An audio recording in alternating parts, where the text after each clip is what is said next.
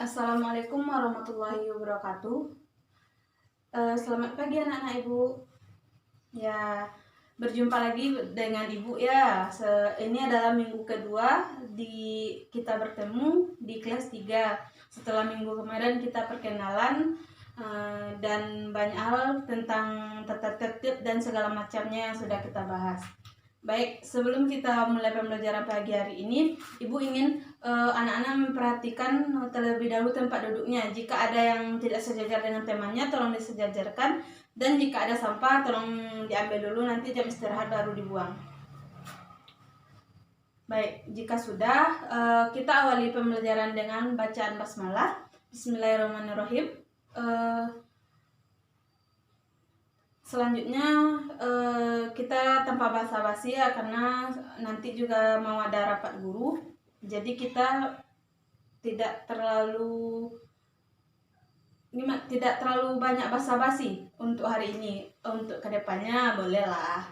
Baik, pertama Ibu kan sudah menyampaikan minggu kemarin apa saja pokok-pokok pembahasan yang akan kita bahas selama semester 1 ini. Dan apa saja materi-materinya, apa saja buku-buku yang kita bisa jadikan pedoman. Di sana kan untuk minggu ke sekarang Ibu sudah bilang kalau minggu sekarang itu kita akan membahas tentang sejarah masuknya Islam di Nusantara. Sebelum Ibu menanyakan siapa yang sudah memahami tentang atau sudah mengetahui tentang masuknya Islam di Nusantara ini, Ibu ingin menyampaikan terlebih dahulu tujuan kita mempelajari sejarah masuknya Islam di Nusantara ini. Yang pertama, tujuannya untuk diri kita sendiri ya. Seperti nanti di saat kita ujian. Di saat ujian kan Ibu menanyakan apa yang bersangkutan dengan materi kita. Tidak mungkin kan Ibu menanyakan apa yang tidak bersangkutan dengan materi kita. Jadi intinya tujuan pembelajaran ini yang pertama untuk diri kita sendiri, kita bisa mengetahuinya. Dan yang kedua, jika ada guru-guru yang bertanya, jika ada tanya dan segala macam, kita sudah mengetahui karena kita sudah mempelajari tentang sejarah masuknya Islam di Nusantara ini pada kelas 9 semester 1. Selanjutnya Ibu ingin bertanya, siapa yang sudah membaca buku tentang masuknya Islam di Nusantara ini? Nggak usah malu-malu, angkat tangan saja. Kan sekarang kita udah pertemuan kedua juga. Pertemuan pertama kita kemarin sudah perkenalan juga. Kenapa masih ada yang malu-malu? Silahkan angkat tangannya. Tuh, nampaknya masih malu-malu ya, karena ini juga masih pertemuan awal-awal gitu. Baik, di sini Ibu akan menjelaskan sedikit tentang sejarah masuknya Islam di Nusantara. Tetapi dalam sejarah masuknya Islam di Nusantara ini, kita cuma akan membahas beberapa jalur masuknya Islam ke Nusantara. Itu mungkin kita tidak akan membahas semuanya. Yang pertama kita bahas di sini yaitu tentang yang pertama itu jalur perdagangan.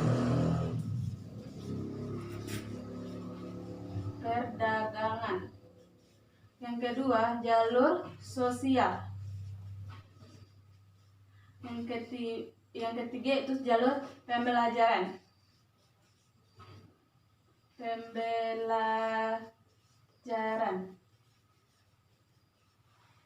Nah, sebelum kita membahas tentang jalur-jalur masuknya Islam di Nusantara ini, kita akan membahas lebih dahulu awal masuknya Islam di Nusantara itu. Nusantara itu kan yang sekarang disebut dengan Indonesia kan, merupakan negara kepulauan yang sering dilewati atau disinggahi oleh para pedagang dari mancanegara. Di antaranya pedagang itu adalah para pedagang Muslim dari Arab, India, dan Persia. Mereka pernah singgah di Nusantara sejak abad ke-7 Masehi, atau bisa juga disebut pada abad pertama Hijriah itu.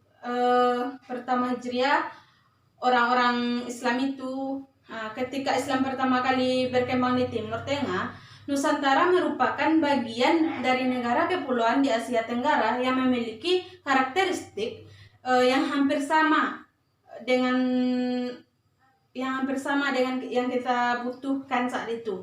Penyebaran Islam Nusantara tidak jauh berbeda dengan negara-negara lain di Asia Tenggara, yakninya dengan cara yang ramah, damai, dan toleran.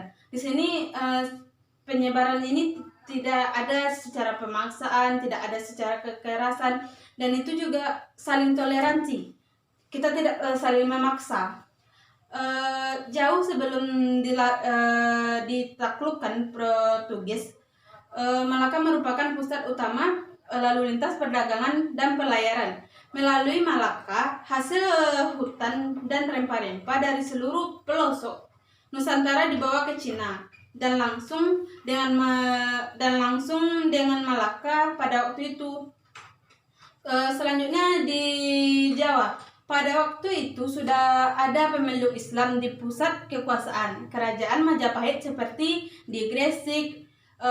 Masuknya Islam ke wilayah Nusantara tidak dalam waktu yang bersamaan. Masuknya Islam ke wilayah Nusantara itu secara tahap bertahap, tidak sekaligus Islam itu masuk ke Nusantara, tetapi melalui beberapa tahap. Seperti kita kalau ingin jadi seperti, jangankan jadi seperti ibu, menjadi seperti Ananda aja. Ananda mulai dari lahir, mulai dari merangkak, mulai dari berjalan setapak, mulai dari TK, SD, PAUD atau semacamnya. Jadi Islam itu masuk ke Nusantara itu secara bertahap, tidak sekaligus.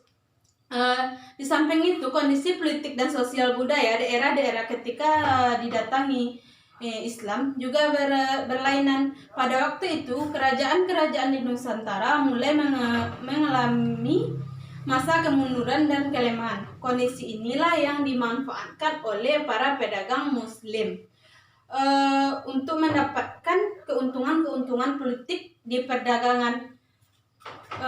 Jadi mereka mendukung daerah-daerah yang muncul dan daerah-daerah yang menyatakan diri sebagai kerajaan yang bercorak Islam, yaitu kerajaan Samudra Pasai dan di pesisir timur Laut Aceh. Selanjutnya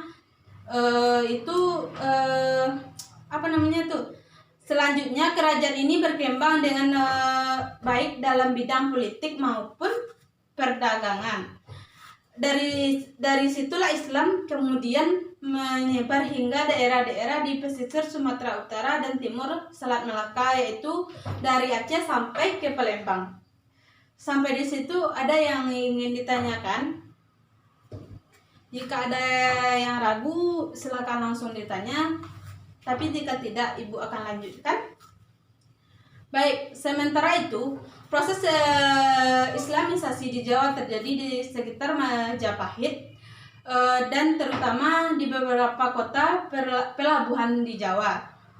Hal ini erat kaitannya dengan perkembangan pelayaran dan perdagangan yang dilakukan orang-orang Islam yang telah mempunyai kekuasaan ekonomi dan politik di Samudra Pasai, Malaka, dan Aceh. Di Islam ada di antara kerajaan-kerajaan di Jawa yang muncul sebagai kerajaan Islam adalah Demak dan kerajaan-kerajaan di pesisir utara Jawa Timur, Jawa Tengah, dan Jawa Barat. Masuknya Islam ke wilayah timur Nusantara, khususnya Maluku, tidak dapat dipisahkan dari jalur perdagangan yang terbentang pada pusat lalu lintas pelayaran internasional di Malaka, Jawa, Maluku sejak abad ke-14 Masehi. Islam datang ke Maluku yakni di Ternate, yang kemudian di Banda, Hitu, Makyan, dan Bacan. Jadi itu sedikit gambaran tentang awal masuknya Islam di Nusantara. Ada yang ingin dipertanyakan? Jika ada, Ibu silakan. Dan Ibu beri waktu Ananda untuk berdiskusi tentang masuknya Islam di Nusantara sekitar 1 menit ya. Nanti jika ada yang ingin ditanyakan silahkan ditanyakan. Ibu mau ngecek absen dulu ya.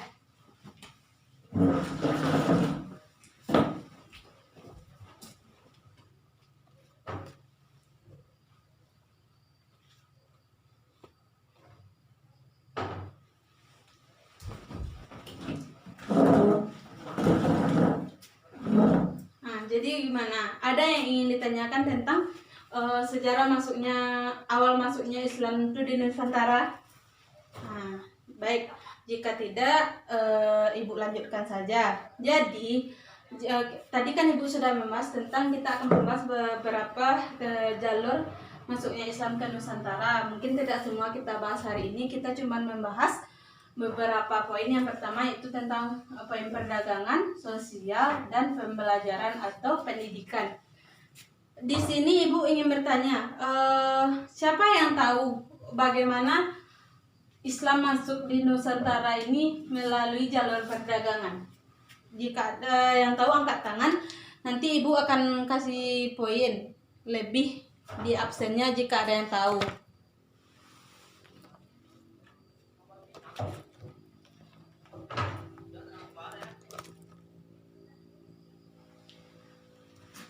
Baik, jika tidak ada, Ibu akan menjelaskan sedikit tentang jalur masuknya Islam melalui jalur perdagangan ini. Mula-mulanya Islam itu menyebar ke wilayah Nusantara dengan cara perdagangan. Kesibukan lalu lintas perdagangan pada abad ke-7 hingga 16 Masehi membuat para pedagang Muslim, yaitu Arab, Persia, dan India, turut ambil bagian dalam perdagangan dari negeri-negeri bagian barat, Tenggara, dan timur benua Asia. Penyebaran Islam melalui jalur ini sangat menguntungkan karena para raja-raja dan bangsawan ikut ambil bagian dalam kegiatan ini. Bahkan mereka menjadi pemilik modal dan saham. Para pedagang Muslim banyak yang tinggal di pesisir Pulau Jawa yang penduduknya ketika itu masih belum Muslim. Mereka berhasil mendirikan masjid-masjid dan mendatangkan ulama dari luar Jawa sehingga jumlah mereka semakin banyak. Mereka kemudian menjadi orang Jawa yang kaya. Di beberapa tempat, terutama pesisir utara Jawa, kemudian banyak penguasa Jawa atau para bupati Majapahit yang masuk Islam karena hubungan perdagangan ini. Jadi hubungan perdagangan ini sangat menguntungkan untuk menyebarkan atau untuk masuknya Islam itu ke Nusantara karena di dalam perdagangan ini kan banyak terhubung beberapa Majapahit atau beberapa orang dari ada yang Islam, ada yang Muslim, ada yang non Muslim. Jadi melalui perdagangan ini karena ada disitulah lalu lintas perdagangan masuknya di Nusantara. Selanjutnya kita akan membahas tentang jalur sosial politik. Jalur sosial politik ini penyebaran Islam di Nusantara juga ditempuh melalui jalur sosial politik. Jalur sosial budaya yang paling populer adalah melalui jalur kesenian. Jadi inilah yang dilakukan misalnya oleh Sunan Kalijaga di Pulau Jawa dengan media wayang. Dengan wayang itu Sunan Kalijaga menyiapkan atau menyampaikan dakwah Islam melalui cerita-cerita wayang yang ditampilkannya. Jadi orang-orang itu tertarik dengan cerita-cerita wayang tersebut tanpa mereka sadari mereka sudah dirasuki oleh dakwah-dakwah melalui cerita wayang tersebut. Kesenian-kesenian lain juga menjadi seranap penyebaran Islam adalah yaitu seni sastra, seni bangunan, dan seni ukir. Jalur politik dalam penyebaran Islam ini dapat dilihat misalnya ketika mudahnya rakyat Maluku memeluk Islam setelah rajanya terlebih dahulu memeluk Islam. Jadi kalau rajanya sudah memeluk Islam, otomatis sebagian dari pengikutnya atau sebagian dari warganya pasti mengikuti pemimpin. Jadi pengaruh politik raja itu sangat membantu dahulu dakwah Islam di wilayah ini, karena pemimpinnya atau rajanya sudah memeluk agama Islam, makanya yang di belakangnya akan mengikut memeluk agama yang dipeluk oleh raja atau pemimpinnya. Nah, itu tadi tentang sosial politik. Selanjutnya kita akan membahas jalur pembelajaran. Dan di jalur pembelajaran ini caranya juga efektif untuk penyebaran Islam adalah dengan melalui jalur pendidikan atau pengajaran. Jalur ini ditempuh melalui lembaga-lembaga seperti pesantren atau pondok serta majelis-majelis taklim yang diadakan oleh para ulama dan guru-guru agama.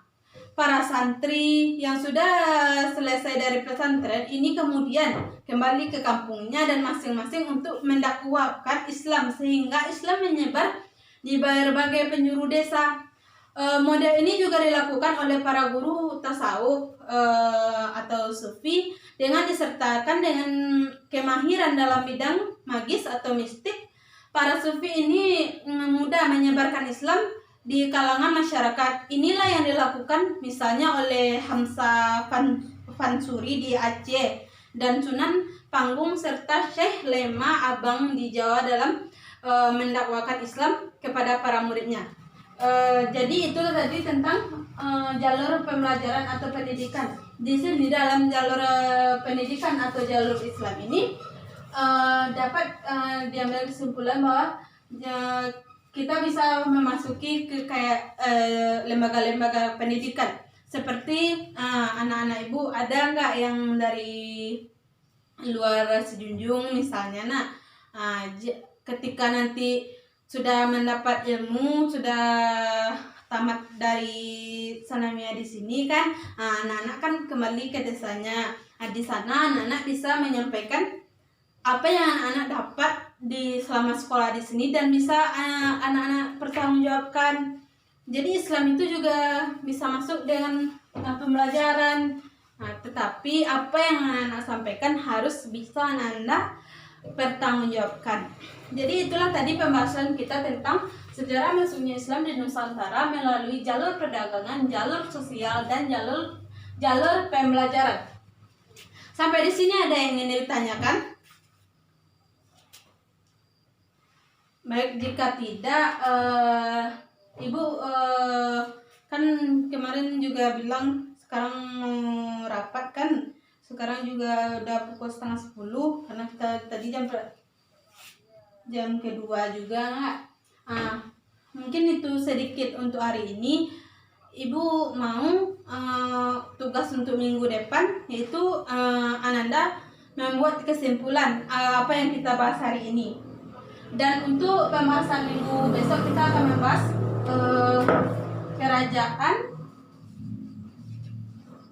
kerajaan di Nusantara.